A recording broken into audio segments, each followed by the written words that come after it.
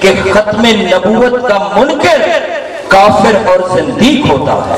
نعرہ تکبیر، نعرہ رسالت، نعرہ حیدری، سب مل کے بولیے لبیک یا رسول اللہ، لبیک لبیک لبیک۔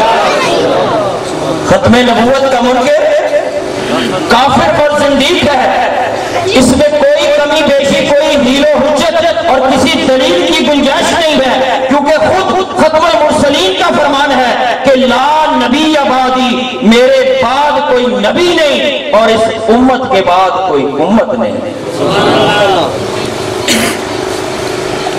اور میرے مرشد پاک فرماتے ہیں کہ کچھ لوگ میرے آقا کو حیات النبی کے ماننے والے ہیں، کچھ نہیں ماننے والے۔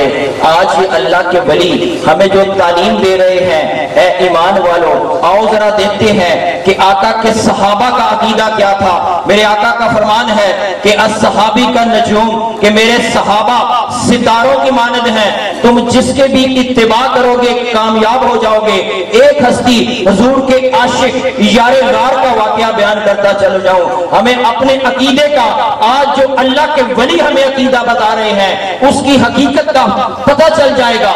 سیدنا صدیق اکبر یار غار کا جب آخری وقت قریب آتا ہے، اپنی پیاری بیٹی زوجہ رسول اما عائشہ صدیقہ کو بلاتے ہیں اور وصیت فرماتے ہیں کہ بیٹی میرا وقت قریب آ گیا ہے، جب میں دنیا سے پردہ کر جاؤں مجھے نہلانے کے بعد کفنانے کے بعد میرا جنازہ پڑھنا اور میری میت کو میری یار کے دہلیز پہ رکھ دینا اور اجازت مانگنا کہ یا رسول اللہ اگر اجازت ہے تو آپ کے یار کو اندر دفنا دیا جائے، اگر اجازت نہ ملے تو میری میت کو قبرستان میں دفنا دینا۔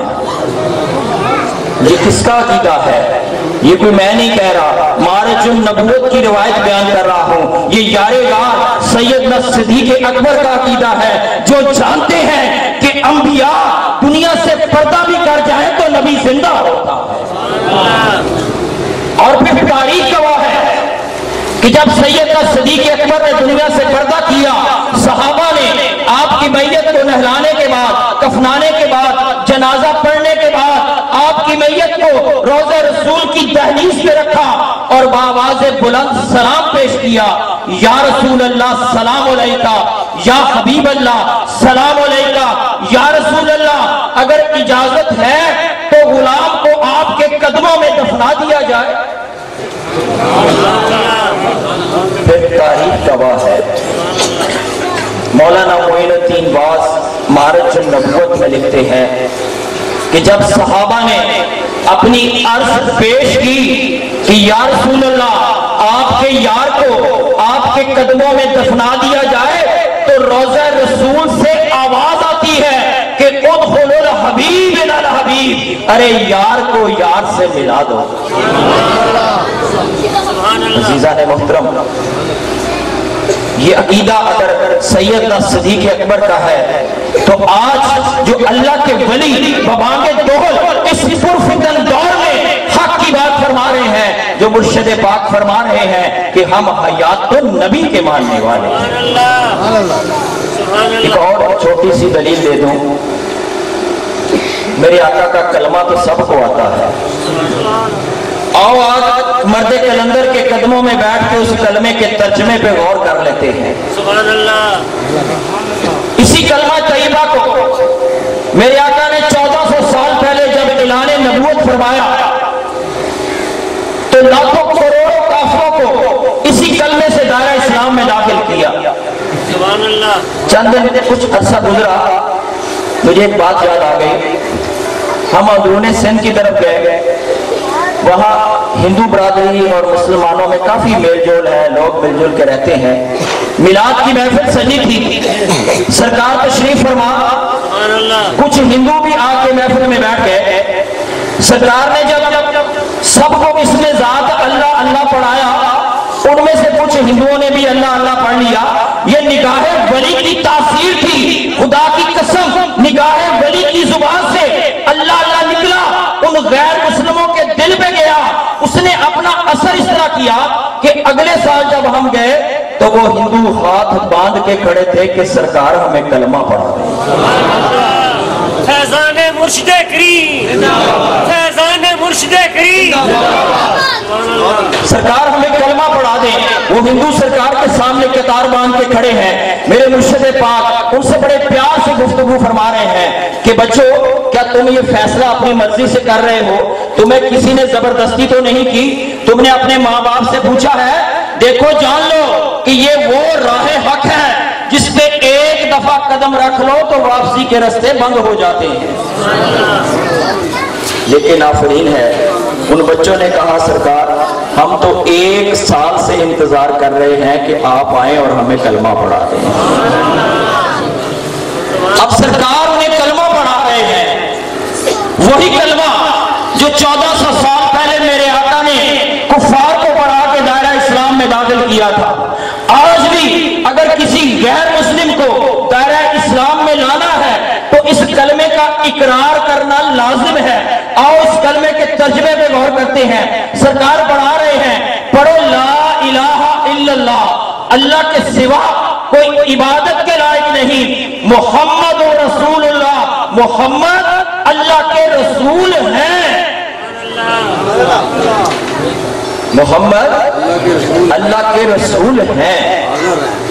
اگر آج بھی کسی کو دائرہ اسلام میں لانا ہے تو اسے یہ اقرار کرانا پڑے گا کہ محمد اللہ کے رسول ہیں۔ اور یہی مرشد پاک، یہ اولیاء اللہ ہمیں جو ہمارے ایمانوں کو جو عقیدہ صحیح فرما رہے ہیں کہ ہم حیات النبی کے ماننے والے ہیں۔ میرے مرشد پاک فرماتے ہیں کہ کچھ لوگ ہیں جو حیات النبی کے ماننے والے ہیں، کچھ نہیں ماننے والے۔ کون لوگ ہیں؟ وہ لوگ ہیں جنہوں نے کلمہ صرف زبان سے پڑھا ہے، اور کچھ لوگ ہیں جنہوں نے کلمہ دل سے پڑھا ہے۔ یہ بات جو زبان ولی سے بات نکلتی ہے، خدا کی قسم وہ سند ہوتی ہے۔ قرآن کی آیت کا حوالہ دیتا چلو، میرے آقا کی بارگاہ میں کچھ بدو تشریف لاتے ہیں، کہتے ہیں یا رسول اللہ ہم ایمان لے آئے۔ میرے آقا فرماتے ہیں نہیں، ابھی تم صرف مسلمان ہوئے ہو، تمہاری زبانوں نے کلمہ پڑھا ہے، تم مومن تب بنو گے جب اس کلمے کا نور تمہارے دلوں میں اتر جائے گا۔ اور سلطان صاحب اتنی پیاری بات فرما گئے کہ زیر زبانی ہر کوئی پڑھدا تے دل دا کلمہ کوئی ہو، جتھے کلمہ دل دا پڑھیے زبان ملے نہ ٹوئی ہو، اور دل دا کلمہ عاشق پڑھ دے کی جانن یار گلوئی ہو، اور جد دا ایک کلمہ میں نو مرشد پڑھایا تے میں صدا سہاگن ہوئی ہوں۔ عزیزان محترم، یہ زبان کے کلمے میں اور دل کے کلمے میں فرق کیا ہے؟ کیا بات ہے؟ زبان کا کلمہ ہمیں عالم پڑھا دیتا ہے، لیکن خدا کی قسم یہ دل کا کلمہ پڑھنے کے لیے کسی ولی کے قدموں میں آنا پڑتا ہے۔ ہم سمجھتے ہیں کہ شاید بولنے کے لیے صرف زبان ہے۔ ارے زبان بھی تو ایک گوشت کا لوتڑا ہے، اسے اللہ کا حکم ہے، یہ بولتی ہے، اور تمہارے جسموں کے اندر یہ سینوں میں جو دھڑکتا ہوا دل ہے، اس دل کے اندر ایک مخلوق بند ہے جسے قلب کہتے ہیں۔ اللہ نے اس کے اندر بھی بولنے کی صفت رکھی ہے۔ ضرورت اس بات کی ہے جب اس دل پہ کسی مرد کلندر کی نگاہ پڑتی ہے، اس میں ذات اللہ کا نور اس دل میں جاتا ہے، کملی والے کی بارگاہ سے اجازت ملتی ہے، اللہ کا کرم ہوتا ہے تو یہ دل بھی اللہ اللہ کرنے لگ پڑتا ہے۔ جب یہ دل اللہ اللہ کرتا ہے تو خدا کی قسم دل نہیں رہتا، اللہ کا عرش بن جاتا ہے، کیونکہ وہ خود کہتا ہے نہ میں زمین میں سما سکتا ہوں نہ میں آسمان میں سما سکتا ہوں، اگر سما سکتا ہوں تو بندہ مومن کے قلب میں سما سکتا ہوں۔ تو عزیز دوستو، جو اولیاء اللہ کا پیغام ہے، جو میراث مصطفیٰ ہے، جو میرے آقا کی جو عظمت ہیں، اللہ نے اپنے نور سے اپنے حبیب کو پیدا فرمایا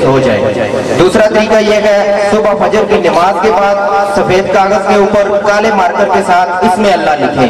جب بھی لکھیں 66 مرتبہ لکھیں۔ اگر ہر لائن میں 11 مرتبہ لکھتے ہیں تو 6 لائنیں بنے گی، ہر لائن میں 6 مرتبہ لکھتے ہیں تو 11 لائنیں بنے گی۔ چند دن لکھیں گے وہی اس میں اللہ جو کاغذ پر لکھتے تھے آپ کی آنکھوں میں تیرنا شروع ہو جائے گا۔ لکھنا چھوڑ دیں اور وہ جو آنکھوں میں تیر رہا ہے اس کو کوشش کریں اپنے دل پر نقش کرنے کی۔ آپ کوشش کرتے رہیں گے، ایک دن آئے گا مرشد پاک کی نظر کرم سے وہ اس میں اللہ جو آنکھوں میں تیر رہا ہوگا وہ آپ کے دل پر لکھا جائے گا۔ اور مرشد پاک فرماتے ہیں یہاں پولیس کی مہر پولیس والا اور جہاں اللہ کی مہر اللہ والا ہو جاتا ہے۔ اس کے علاوہ تیسرا طریقہ یہ ہے اپنی نبض پر ہاتھ رکھیں، نبض کی دھڑکن محسوس کریں۔ آپ کی نبض آپ کے دل کے ساتھ برابر دھڑک رہی ہے، ایک دھڑکن کے ساتھ اللہ اور دوسری کے ساتھ وہ ملاتے رہیں۔ جب بھی ملائیں دل میں ملانا ہے، زبان کو جکڑ لینا ہے، یہ ذکر قلبی ہے۔ انشاءاللہ العزیز مرشد پاک کی نظر کرم سے آپ کا دل اللہ اللہ کرنا شروع کر دے گا۔ وما علینا الا البلاغ۔ ماشاءاللہ حضرت گرامی آپ کو مبارک ہو کہ مرشد کامل نے آپ کو اس میں اظہار کا اذن عطا فرمایا ہے۔ جدہ جو بھی مرشد ہے انہوں مبارک ہو۔ اپنے مرشد تصور ذہن چ رکھ کے ایک بار اس عقیدے نال اس محبت نال سبحان اللہ بولو کہ محفل وچ پھر بہار آ رہا ہے۔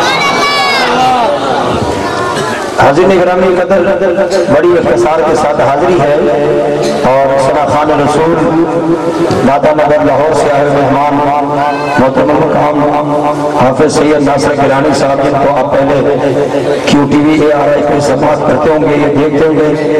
آج آپ کے روبرو میرے آقا کی نعت پڑھیں گے انشاءاللہ العزیز۔ میں تھوڑی ہی دیر کے بعد مائک ان کے حوالے کروں گا، لیکن میں اس طرح سے حوالے نہیں کروں گا کہ آپ سو کے بیٹھے۔ میں چاہتا ہوں کہ آپ جاگ کے مدینے جائیں، آپ بھی جائیں اور مجھے بھی ساتھ لے جائیں۔ سبحان اللہ تھوڑی ہے جڑا مرشد والا ہے نا، جنہوں اپنے مرشد مان ہے وہ ہاتھ چک کے گج کے بولے سبحان اللہ۔ اللہ تعالیٰ نے حکم کا مطلب ہے تجھے سارے الحمدللہ ایتھے مرشد والے بیٹھے نے تے آندا ہی ہوئی ہے جڑا مرشد والا ہے۔ بے پیرے بندے نال میں کالی نہیں کردا، جڑا مرشد والا ہے خدا دی قسم اسی پیرانے نظام دے ہاتھ چومنے ہیں، انہاں دے ادب کرنے ہیں، انہاں دے قدم چومنے ہیں، لوگ کہندے نے اسی شرک کرنے ہیں۔ میں ایک گل تے دلیل دینی ہے، تسی سبحان اللہ بولنا ہے کہ ایک میں دسنا ہے کہ ولی نو اللہ پاک نے طاقت کی نہیں دیتی ہے۔ آج میرے مرشد نے تو اس میں زیادہ اذن عطا فرمایا، اس لیے پھر اسی قدر بھی کرنی ہے۔ اور توجہ کرو، ولی اللہ ہوتا کون ہے؟ ولی دوست کو کہتے ہیں، ولی اللہ اللہ کا دوست۔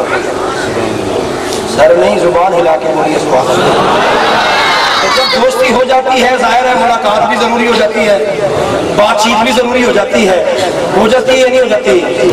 تو جدہ مرشد اللہ نال ملانا ایک باری گاج کے بولے سبحان اللہ۔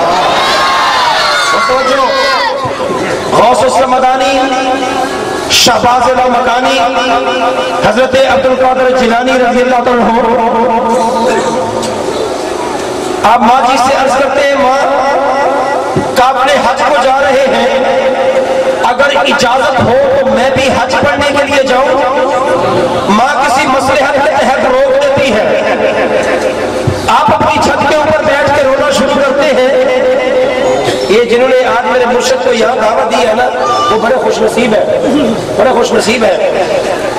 آپ اپنی چھت کے اوپر بیٹھ کے رونا شروع کرتے ہیں، آنکھوں میں آنسو آئے، آنکھیں کھولتے ہیں تو کیا دیکھتے ہیں؟ کعبہ آپ کے گھر کی طرف آ رہا ہے، آواز آتی ہے کیوں پریشان ہوتے ہو؟ اگر تو میرے گھر نہیں آ سکتا میرا کعبہ تو تیرے گھر میں آ سکتا ہے۔ اے میری یہ جڑا اپنا مرشد نوکر ہے سچا نوکر ہے، دونوں ہاتھ ذرا چپ کے بول سبحان اللہ۔ اوکے پہلے نبیوں نے نام عشق دیا،